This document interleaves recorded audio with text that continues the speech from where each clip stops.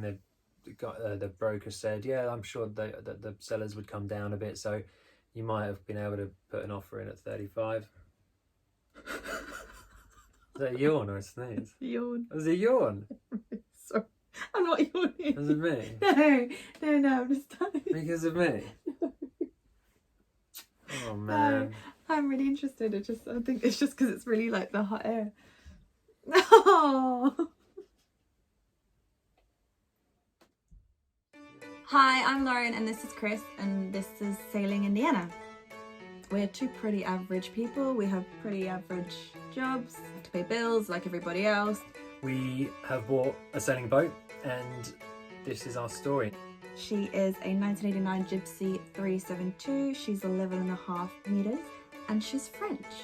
The boat is currently in Brundle Bay Marina in Norwich. The plan is to move her to Brighton. Once we've taken her to Brighton, then we will have a few more other jobs to do before we can actually sail her, which we're planning to do late spring. Fingers crossed and COVID permitting.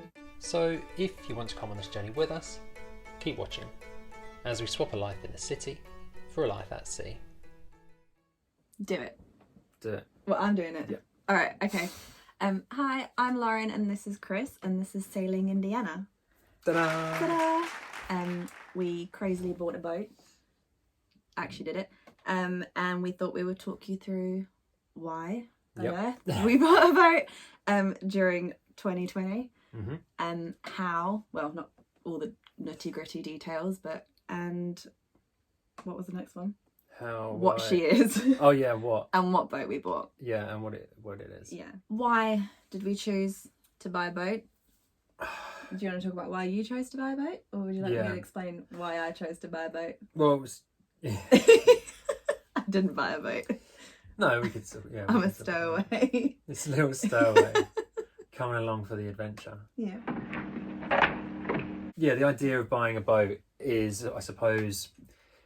We've watched a lot of the YouTube videos, and especially whilst furloughed and had not much else to do during 2020, we spent a lot of time binge watching sailing YouTube, living vicariously through these people. Yeah, and it was just that escapism, I suppose, and that having no boundaries, being off grid, living sustainably. I think that's something we really are quite passionate about as well. Yeah, and I suppose and knowing that is actually achievable, but you just have to put the steps in place to do it. You have to just start, like have a day one where that journey begins, and it might be buying a boat and sailing the world. It might be buying a camper van and traveling the world.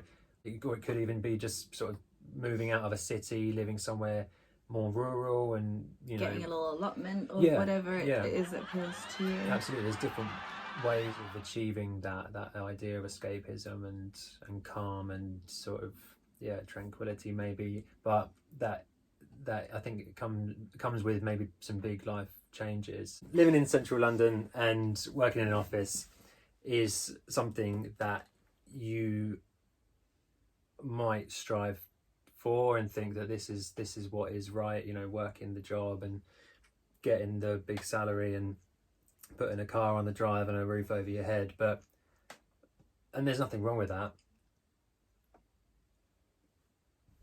but we don't want to do that. We're opting out of that. Yeah, I think we're going to try and opt out of that, and it might take a while. Yeah, it might take a while. There's a few steps that need to be put in place, but it doesn't have to be. We're not quitting our jobs yet if our bosses are watching this. We're still going to work, but you can do that, as we've found out in 2020, from anywhere in the world. And so there's a little way to go yet to understand if we can get remote working jobs like fully remotely, and then that's something we can then take the sailing adventures abroad. Yeah, or we're gonna have plan B where we just save up as much as we can and go, and then if we need to pick up odd jobs here and there, I suppose that, and then we kind of do it like that, run out of money, make more money, take a sabbatical or something. So saving up a lot of money or enough money to live on for a year, and then just get going and see how you get on. And I think that's probably the more conventional way to do it, actually. But maybe not so much now. It's 2020, but a lot of people can work remotely. That option's become available to a lot more people. So however you find your idea of Nirvana, then do it. Yeah. Yeah. Oh, I think we've waffled like so much. We've waffled a bit. Okay. Oh god. Sorry, just twist it around. I'm not gonna put that in. So, how we bought a boat. Sorry. So, how we bought a boat, Christopher? Yeah. So how? We're putting another video together about. Well, I have actually. It's just me talking. So it's me filming and you me just talking. But if you're interested in that, then it will be up soon in the next few weeks. And it's just me running through. If you're thinking about buying a boat, the A to Z of what I think the 10 steps are to how to buy a boat. A, 2, and D. But this, I think maybe we'll condense it down now and just talk about Indiana and maybe the couple of boats that we went to see. Yeah. For your pleasure. For your viewing pleasure. So that's the first thing. Think about the type of boat that you want for the type of sailing that you want to do. Yeah. And then what it is then that appeals to you. And for me, it was a central cockpit. Also then an in-mast furling mainsail. On our day skippers, we tried both, didn't we? We had two boats and we did the both, but we thought it was a lot easier to do. Yeah, I nearly fell off the slab reef. Oh yeah, you did. Thing. Yeah, I went up and tried to pull it down and it was pretty choppy in there. So I think luckily, I told you to put your harness on before you went. You did. You saved me. Saved your life.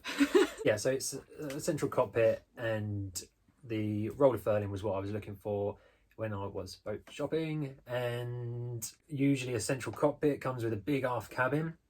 And if you're living aboard, that is really what you want, a nice big double.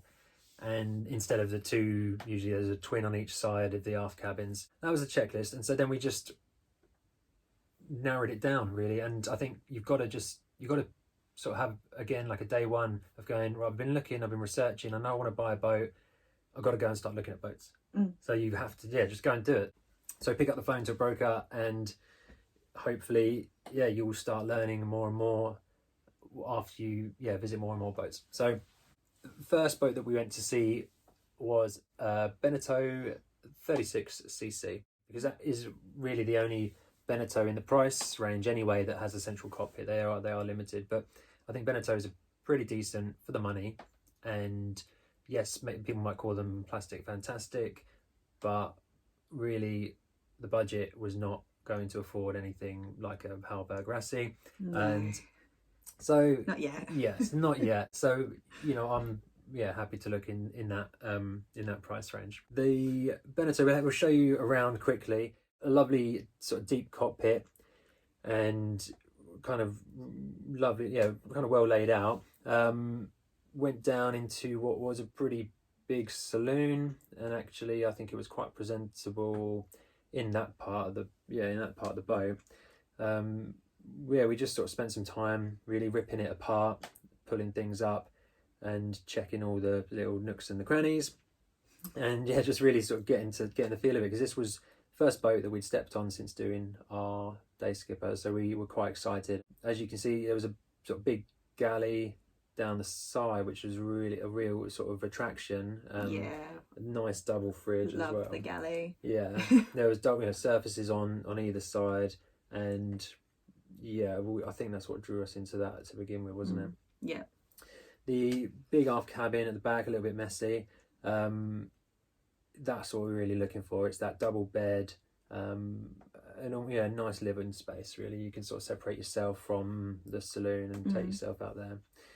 The other sort of real benefit to the Beneteau 36cc is a walk through heads, which it's crazy. It's kind of, you go from the aft cabin, you've got the heads, and then you can also access it from the saloon. So it's actually, I don't know, a full little loop around the boat. You could just do laps, which I don't know why. It just seemed like a really decent design. Very nice layout. Yeah. Yeah, so they are pretty decent boats, I would say, all round. Headroom for me was an issue. So I'm 6'2", and I couldn't stand up really anywhere in the boat straight. So Really, you got to think about if you're living on a boat. Yeah, it's not going to happen. And then looked a little bit deeper, and there was mold. There was mold everywhere, like all over the lining, and yeah, the kind of like deeper you looked, the moldier it got. The moldier it got.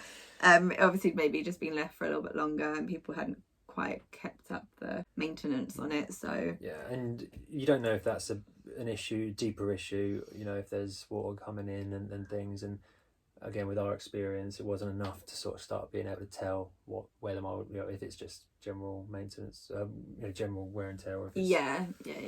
And then the big no for us was the kill bolts. Well, we were told by the broker before we came down that the kill bolts were not in a great condition, and I did a bit of research online to see about changing kill bolts and about the issues with them.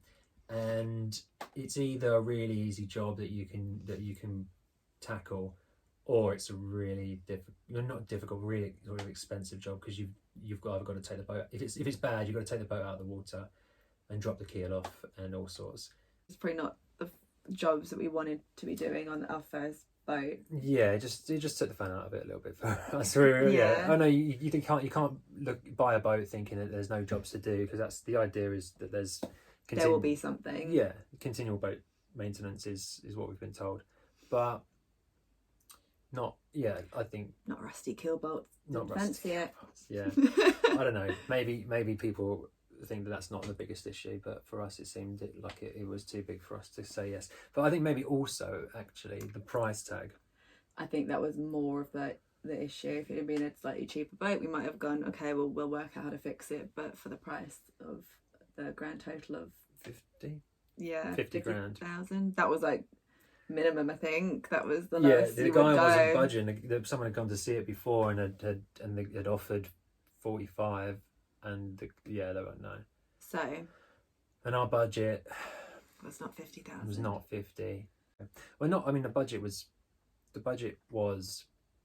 Oh, I don't know. It's difficult. The budget wasn't 40 grand, but it ended up being 40 grand. So we'll talk about that in another video. Well, we'll talk about that in another video. But yeah, the budget ended up being about just under 40 grand. Anyway, moving on to another boat. So the Moody 39. So I went down to Southampton for this one, and again because of the central cockpit. So yeah, I went down to see this Moody. It was, I can't remember the age of it now, but it was probably 1985, I think. So 35 years old.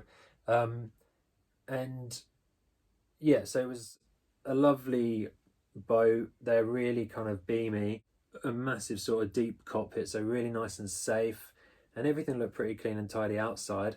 And you had the furling mainsail again, which was what I was looking for. It wasn't maybe until then I got inside, and having maybe just seen the Beneteau the week before, it looked a bit more dated and wasn't as as pretty, as presentable. So yeah, a little bit dated interior. The double bed at the back was pretty tight. There's 2 heads on the boat as well. It seemed like there's twice the amount that can go wrong, twice the amount of holes in the boat that don't need to be there. And that's, I think not a lot had been done to it. So you'd have had to have spent a bit modernising the boat, which not, fundamentally you've got something that is a pretty solid boat. And I've heard that if you're going around the Bay of Biscay, you want to be in a Westerly or a Moody, and you can, no one's had any issues, that sort of thing. But yeah, I think it would have been a real project, and maybe I think we know our limits. But it was, I think it was up for about 39,000 as well, and the broker said, I'm sure that the sellers would come down a bit, so you might have been able to put an offer in at 35. Is that a yawn or a sneeze? Yawn. Was it a yawn? Sorry, I'm not yawning. Was it me? No, I'm just dying. Because of me? Oh man. I'm really interested. I think it's just because it's really like the hot air. No. It was an option, and I was thinking about. I said to you, "Do you want to come down and see it? We'll have another look and see what you think." because you weren't there first time. But then, Dun, dun, dun. dun, dun, dun, we saw Indiana. Fell in love. And we fell in love. The end. The beginning. That was it. So, yeah, I think, yeah, it was about that time we saw Indiana, and I think it was just right. Yeah, maybe the layout, maybe the headroom for me. Yeah, I think it felt really homely when we first came on. And we both instantly were like, this is the boat. I said instantly. So yeah, you were pretty happy. I was trying to think more business like, because let's not seem too keen. I was like, oh my god, I love it. Yeah. The couple that sold it to us had done loads of work already, and so the boat is 1989, but the guy's done all new heating, and new water system, all new electrics, new lighting. Yeah, the lighting's done, and the ceiling lining's done, and standing rigging. Yeah, just all the bits that you kind of think these are the big jobs that would need to tackle. They've been done. There's a new VHF. There's a Raymarine chart plotter. Some bits for the autopilot. I've bought another bit for the autopilot as well. Yeah, so there's a lot that's already here, and the big jobs that we were worried about tackling maybe on an older boat have been done, and so we, I suppose, can happily tackle quite a few jobs, but smaller ones. Yeah. So the next part that had to happen was that we needed to buy the boat. So I ended up arranging finance to cover 80% of the value. So we ended up paying 39.5. Yeah. And so, yeah, it's a big chunk, and that's not the kind of money that I've got lying around. So I don't. Yeah, but I think living as I was in central London, paying a lot of rent, if you work out the equivalent of what the rent was each month and the equivalent of maybe then what I'm paying off every month for the boat now, and maybe then what marina fees would be on top, it's comparable. Yeah. And I think I should be able to pay her off in 3 years, and with the idea that I'm working still and working remotely, and still having income, then we can the boat can still be paid off. And so I know that a lot of people look at it like you want to have no debt and then just cut your tires and off you go sailing, but the idea for me is that I'm going to keep working, pay the boat off as we go. Next plan is to move everything onto the boat. Yes. From your flat. Yeah. And make her look a bit homely and have all the nice things in here, like cutlery, pot and pan, plates would be good. Yeah, and hopefully we can just document as we go and show you what it's like, maybe to ditch the London life and get a boat. Yeah. Hopefully. When you don't know what you're doing with it. Yeah, I mean, hopefully it's interesting. No. So interesting. Couple of average Joes on a boat. Yeah, that's what you're going to be seeing, really. It's just us drinking teas and coffees. Or port and red wine. Oh, yeah, those are the good nights. Stay tuned for those. Music, trivia and port and red wine if you're into that. Yeah, little discos on the boat. So the next part of the plan will be moving the boat from Brundle Bay Marina, Norwich, Norfolk to Brighton. So stay tuned for that. Stay tuned for that. And then get the boat to Brighton somehow. Yeah. So yeah, like and subscribe if you feel like seeing what we're up to. Yeah. Like and subscribe. I don't know. I'm not going to do that. We'll cut that out. I think that's it. I think that's it.